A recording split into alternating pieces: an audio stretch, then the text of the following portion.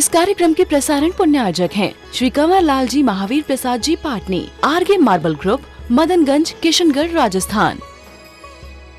गुरु भक्त परिवार सुस्त दिगंबर जैन मंदिर, पुणे, महाराष्ट्र।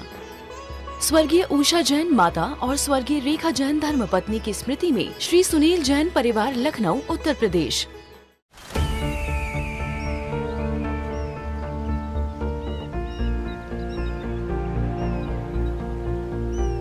जो बनकर मेरा हमसफर आएगा, सिर्फ उसी को फर्क नजर आएगा। शुरू करो, डालो बुनियाद, घर महल नजर आएगा।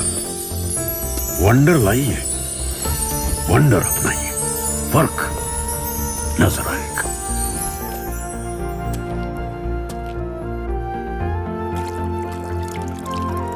पानी भर लो अंजलि में, चांद उतर आएगा।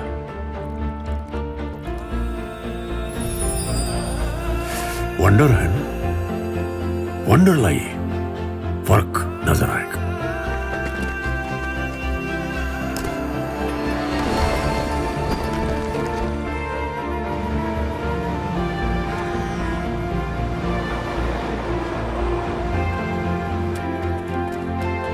पहला घर तो खड़ा करो, शहर नजर आएगा।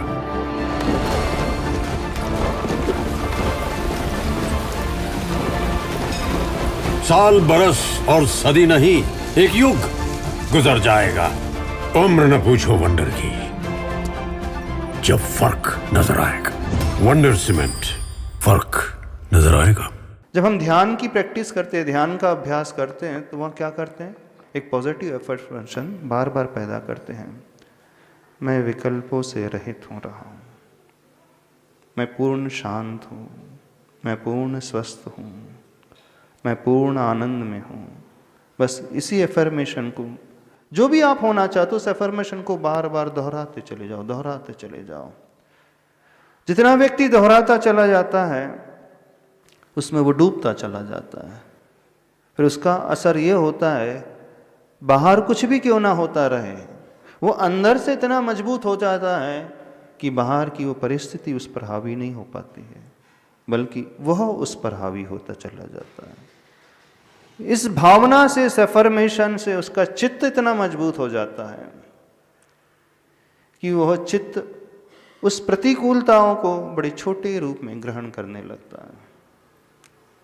जब तक एफर्मेशन नहीं होती, वो छोटी सी परिस्थिति, छोटी सी प्रतिकूलता उसे बहुत बड़ी विकराल रूप में नजर आती है। थोड़ी सी कठिनता आ जाती है, वो अंदर से घबराने लगता है, मैं नहीं संभाल पाऊंगा अपने आप को, मैं नहीं झेल पाऊंगा। सिचुएशन वैसी ही रहती है एज इट इज, लेकिन इस एफर्मेशन को भाने से, इस भावना को बार बार भाने से, इस प्रकार का चिंतन करने से, इस प्रकार का ध्यान की वह संतति अपने भीतर पैदा करने से, वह सिर्फ अपने साथ कौन सा कार्य करता है कि अपने आप को बहुत ऊपर ऊपर और ऊपर और ऊपर उठाता चला जाता है। तो जितना हम बढ़ते चले जाएंगे, वह परिस्थिति जो सराउंडिंग है, वो हमारे लिए छोटी होती चली जाएगी। वो छोटी बेसिकली नहीं हो रही है, वो तो एज इट इज ही है। अर्लियर क्या था, हम बहुत छोटे थे, वो बहुत बड़ी हमें प्रतीत हो रही थी, लेकिन धीरे धीरे हम इस भावना को भाते भाते अपने आप को इतना ऊपर लेकर के चले गए कि वो हमें छोटी सी नजर आने लगी। बात समझ में आ रही क्या होता है? तो हम बाहर को नहीं बदल रहे हैं, हम अपने आप को बदलते हैं। हम अपने आप को ऊपर उठाते, अपने आप को मजबूत बनाते हैं। और व्यक्ति जितना शक्तिशाली होता चला जाएगा, फिर वह किसी भी रूप से, सबसे पहले यदि हम भौतिक जीवन में भी कुछ चाहते हैं, तो अंदर से अपने आप को शक्तिशाली बनाना पड़ेगा। अंदर से अपने आप को उस कॉन्फिडेंट लेवल में लाना पड़ेगा, उस स्थिति में लाना पड़ेगा। उस कॉन्फिडेंस लेवल में हम आ गए तो फिर वो हमें ज़्यादा प्रभावित नहीं कर पाएगी। व्यक्ति फिर चाहे कुछ भी प्राप्त कर लेगा, फिर वो जो सोच रहा है उसे मिल जाएगा। फिर वो जो मटेरियलिस्टिक लाइफ में आप जो चाहते हो, वो तो एक बाय प्रोडक्ट है, मेन प्रोडक्ट नहीं है। वो तो अपने आप ही मिल जाएगा, उसकी क्या चिंता कर रहे हैं। होता यह है, गलती हो जाती है जब भी इस कंसेप्ट की बात की जाती है, तो व्यक्ति यह सोचने लगता है कि वो कार, वो मकान, वो बिल्डिंग, कोठी, वो डेजिग्नेशन, वो प्रॉपर्टी, वो बैंक बैलेंस, वो सब मुझे नजर आने लगे। वो तो एक दिवा स्वप्न है और क्या है, उससे कुछ नहीं होता। दिवा स्वप्न देखने से वो बात सिद्ध नहीं हो जाएगी। यहां पर जो बात की जा रही है, अपने आप को ऊपर उठाने की बात की जा रही है, अपने मन को बहुत ऊपर उठाने की बात की जा रही है। तो उसका तरीका है कि पहले वो बुद्धि में आए, फिर हमारी श्रद्धा बढ़ते बढ़ते चित्त उस रूप तदरूप परिणत होता चला जाए। तो रास्ता यहीं से होकर के गुजरता है। अब वह श्रद्धा को कैसे बढ़ाना, बात उसकी चल रही है। चित्त को उस रूप के स्वरूप कैसे हम परिवर्तित करें, उसका क्या तरीका, उसकी क्या विधि है, बात उसकी चल रही है। नमस्ते गुरुवर। हम ऐसे कहते हैं कि नसीब से ज्यादा और समय से पहले नहीं मिलता, भाग्य से अधिक और समय से पहले कभी किसी को कुछ नहीं मिलता। हम कितना भी प्रयास करें तो क्या ये संभव है? अब आप यहाँ भाग्य लेकर के आ गए। दुनिया में बहुत सारे लोग भाग्य को नहीं मानते, नसीब को नहीं मानते। नहीं, भाग्य भी होता है, दोनों ही फैक्टर होते हैं। हमारा पुरुषार्थ भी होता है, हमारा भाग्य भी होता है। लेकिन भाग्य की बात तब करना है जब पहले पुरुषार्थ अच्छे से पूरा कर लो। गड़बड़ ये हो जाती है, व्यक्ति भाग्य को सबसे पहले अर्ली स्टेज में लेकर के आ जाता है। ये जो सेंटेंस लिखा गया है, ये कब इम्प्लीमेंट करने के लिए लिखा गया है, बस यही नहीं समझ पाती दुनिया। इसे कब अप्लाई करना, जब जितनी मेहनत हम कर सकते थे उतनी कर लें, जितना पुरुषार्थ हम कर सकते थे, जितना हम दौड़ सकते थे, जितना हम सोच सकते थे, कर लो। हाँ, जब कर लिया, जब रिजल्ट को पाने की बात आ गई है, तब यहां पर इस कोटेशन को लगाना। Day 1 से जो स्टूडेंट कॉलेज में गया है और वो सोच ले समय से पहले और भाग्य से अधिक किसी को नहीं मिलता है, जीवन में कुछ नहीं कर पाएगा। और ऐसे बहुत सारे लोग हैं जो हाथ पर हाथ रख के बैठे रहते हैं और दोहराते रहते हैं, अब क्या करते हैं, मेरे भाग्य में ही इतना लिखा है, मैं क्या कर सकता हूँ। यही गड़बड़ी हो गई। उन्होंने जो लेटर स्टेज में लगाना था, अर्लियर स्टेज में उन्होंने इस बात को लगा ली। नहीं, पहले अच्छे से 100% एफर्ट नहीं, 110% एफर्ट डालो। इतने मेहनत करो, इतना एफर्ट डालो। अब हमने अपना एफर्ट डाल दिया है, अब हमारे हाथ का था जो हो चुका है। अब इसके बाद रिलैक्स होकर के बैठ जाओ। अब जो होगा उसे हम एक्सेप्ट कर लेंगे, बिल्कुल स्वीकार कर लेंगे। कोई परेशानी नहीं, कोई विकल्प नहीं, कोई ऐसा भाव नहीं, कोई शिकायत का भाव नहीं, किसी से कुछ कहेंगे नहीं, किसी को हम कोसेंगे नहीं, उस सराउंडिंग को, उस निमित्त को हम दोष नहीं देंगे, उस व्यक्ति को हम दोष नहीं देंगे, उस परिस्थिति को दोष नहीं देंगे, उस कंपनी को दोष नहीं, उस बॉस को दोष नहीं देंगे, किसी को नहीं देंगे। अभी यहाँ पर आ गया हमारा भाग्य, अभी यहाँ पर लगाना। तो हमारे इतने प्रयास होने चाहिए कि अपने आप अपना भाग्य खुलना चाहिए। हाँ, जब आपके भीतर डिजायर पैदा हो जाए, तो साथ में ये भी तो देखो डिजर्वनेस पैदा कर रहे हो कि नहीं। लॉ ऑफ अट्रैक्शन बेसिकली हमें उस डिजर्वनेस तक लाने की एक प्रक्रिया है। डिजायर ठीक है, इनिशियल स्टेज में हो गई, यत्रैव आहित धी, जहां बुद्धि में ये बात आ गई, ये हो गई डिजायर की बात। श्रद्धा तत्रैव जायते, श्रद्धा वहां पर पैदा हो गई। अब जब श्रद्धा पैदा हो गई तो फिर वो क्या करता है, अपने आप को उस योग्यता को लाने के लिए, जिसके भीतर क्षमता है, जो छिपी थी, दबी थी, उस क्षमता को प्रकट कराने के लिए इतना पुरुषार्थ करना शुरू कर देता है। तो लॉ ऑफ अट्रैक्शन जब हम इस प्रकार की शुरुआत करेंगे तो इससे क्या होगा कि व्यक्ति अपने आप को इतना अच्छे से तैयार करता चला जाएगा, और जब ऐसी तैयारी होगी तो डिजर्वनेस उसके भीतर पैदा हो गई। जब डिजर्वनेस पैदा हो गई तो वस्तु अपने आप ही मिलेगी। क्यों नहीं मिलेगी वस्तु? यदि आपके भीतर योग्यता है, आपके भीतर क्षमता है, तो कंपनी ढूंढते ढूंढते कब तक आएगी? हाँ, वो तो टैलेंट को खोज ही रही है, आप ही उसके लिए रिसोर्स है, और क्या है। सॉफ्टवेयर में इंडस्ट्रीज में क्या होता है, IT इंडस्ट्री में क्या होता है, वहाँ कोई मशीनरी रिसोर्स नहीं होती है, वो कुछ भी नहीं है। अच्छा टैलेंट वही उनके लिए सबसे बड़ी मशीनरी है, वही सबसे बड़ा रिसोर्स है, उसके अलावा कुछ भी नहीं है। वो तो सर्च कर ही रही है ऐसे लोगों को कि जो टैलेंटेड हैं, जो कैपेबल हैं। फिर वह भाग्य आपका चमकता हुआ आपके कदमों को चूमता हुआ आ जाएगा, फिर चिंता नहीं करना। लेकिन हम सिर्फ कहते चले जाएं, हाँ हाँ मुझे वो मिल जाए, वो मुझे मिल जाए। अभी तक समझा तो ऐसी है लॉ ऑफ अट्रैक्शन का, जो आप चाहते हैं उसे लिखो, बार बार बार बार लिखो। नहीं, वो भी इफेक्टिव है, ऐसा नहीं कि नहीं है।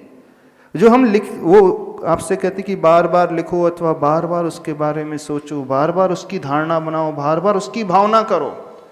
जब हम इस प्रकार से बार बार भावना करते हैं तो क्या हम करते हैं, बेसिकली अपने सबकॉन्शियस माइंड को हम प्रिपेयर करने के लिए तैयारी शुरू कर देते हैं।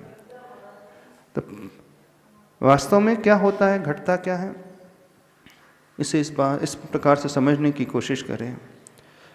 The power of man is in power of mind. व्यक्ति की शक्ति व्यक्ति की उसके माइंड में होती है। व्यक्ति के माइंड की शक्ति, the power of his mind is in his power of subconscious mind, उसके सबकॉन्शियस माइंड में होती है। और सबकॉन्शियस माइंड की शक्ति उसके सबकॉन्शियस बिलीफ में होती है, यानी उस श्रद्धा में होती है। वह श्रद्धा जो अवचेतन में बैठ गई गहरी, वह शक्ति यदि अवचेतन मन में गहरी बैठ गई तो फिर वह अवचेतन मन की शक्ति जो है उससे इंडल्ज होकर के मिल करके उस रूप से परिणत कर देती है। तो जो दोहराने की बात की जा रही है बार बार, उसे कहने की बात की जा रही है बार बार। जो हम चाह रहे हैं, जो हम भाव कर रहे हैं, उसे बार बार आप लिखो अथवा शांत होकर के, स्थिर होकर के, एकाग्र चित्त होकर के, पूर्ण रिलैक्स मोड में आकर के, जब कोई हम चिंता से ग्रसित ना हो, निश्चिंत रहें, उसे हम बार बार दोहराएंगे तो क्या होता है कि उस प्रकार से हम सराउंडिंग को बनाते चले जाते हैं। अब कब दोहराना, एक बहुत अच्छा तरीका जैन शास्त्रों में आया है। द्रव्य, क्षेत्र, काल और भाव के अनुसार हम किसी भी फल की प्राप्ति कर सकते हैं। कौन कौन से फैक्टर से, कौन कौन से डायमेंशंस में लेकर के चलना। एक, जैसे आप 2D की बात करते हैं अथवा 3D की बात करते हैं, लेंथ है, ब्रेड्थ है, और फिर गहराई भी है, डेप्थ भी आ जाती है, ब्रेड्थ भी आ जाती है, लेंथ भी आ जाती है। लेकिन जैन शास्त्र कहते हैं नहीं, इतना ही पर्याप्त नहीं है, हमें उस स्पेस भी चाहिए, साथ में टाइमिंग भी चाहिए, साथ में हमारी वह भावना भी चाहिए और वह द्रव्य भी चाहिए। द्रव्य, क्षेत्र, काल और भाव। कैसे? यदि हम कुछ पाना चाहते हैं, कुछ अट्रैक्ट करना चाहते हैं, तो उस टाइम को चुनो जिस टाइम में आप उस भावना को कर सके। साधुओं के लिए कहा जाता है संधि काल सबसे अच्छा काल होता है। यदि उन्हें मेडिटेशन सामयिक करना हो, शास्त्रों में वर्णन आता है, संधि काल में बैठ कर के जब वो सामयिक करेंगे, ध्यान में बैठेंगे, तो उनका मन बहुत अच्छा लगेगा। और वही कार्य अन्य टाइम में करेंगे तो वह टाइम फैक्टर सपोर्टिंग रोल अदा नहीं कर पाएगा। फॉर एग्जाम्पल, जब ब्रह्म मुहूर्त होता है, मॉर्निंग का समय होता है, उस समय वातावरण बहुत अच्छा रहता है, बड़ा प्रशस्त वातावरण होता है। उस समय जो है नेगेटिव वाइब्रेशन चारों तरफ नहीं रहती है, अपने आप स्वतः ही पॉजिटिव वाइब्रेशन चारों तरफ होती है। उस समय आप उस अफर्मेशन को दोहराओगे, बार बार कहोगे। एक टाइम डिसाइड कर लो, पर्टिकुलर टाइम, डेली उस टाइम पे उस अफर्मेशन को दोहराना। ऐसा नहीं कभी भी आज 4 बजे कर लिया, कल 5 बजे कर लिया, फिर 6 बजे कर लिया, फिर 7 बजे, फिर 8 बजे उठे तो 8 बजे नहीं। एक टाइम निश्चित करो, उस टाइम में ही हमें उस प्रक्रिया को करना है। अब आप कहोगे टाइम से क्या मतलब, हमें काम करना है कि कभी भी करना है? काम करना कभी भी हम करें, जैसे वर्क फ्रॉम होम करते हैं, क्या बोलते हैं, काम से मतलब होना चाहिए। चाहे अभी करें, दिन में करें, चाहे रात में करें, चाहे आधी रात में करें, कंपनी को किससे प्रयोजन होता है? काम होना चाहिए बस। तो आप कह सकते हो कि हमें उस एफर्मेशन को करना, उस भावना को बहाना, तो हम कभी भी भा लें, कभी दोपहर को भा लें, कभी शाम को भा लें, कभी रात को भा लें, कभी आधी रात को भा लें, नहीं। उस काल का इंपॉर्टेंस भी समझने की कोशिश करो। जब प्रॉपर काल में हम उसे भाने की कोशिश करेंगे, उस प्रकार की भावना को अपने भीतर लाने की कोशिश करेंगे, उसमें हमारा वह समर्पण का भाव नजर आएगा। उस काल में जब वाइब्रेशन चारों तरफ बहुत अच्छी रहती हैं, पॉजिटिविटी को लिए हुए होती हैं, उस समय यदि कोई व्यक्ति उस भावना को भाएगा तो बहुत ज़्यादा इफेक्टिव होगी।